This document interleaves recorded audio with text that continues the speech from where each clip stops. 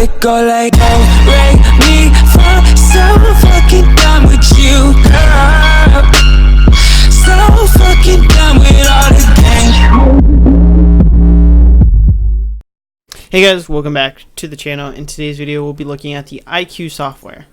To get started, either launch the software if you have it already installed. If you haven't already, there's a link down in the description for you to click on to install it. Today we're going to be looking at voice prompts. What voice prompts are in this software is a notification on when something changes on your headset or a profile changes.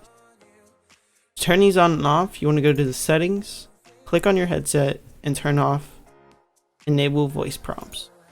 This will deactivate the female AI, letting you know of certain things that have changed, such as your battery dying, charging, or your mic being turned on or off. If you want them on, click on voice the box prompt activated, and it will automatically reactivate the AI. Hope this video helped. Leave a like if it did, and I'll see you guys next video.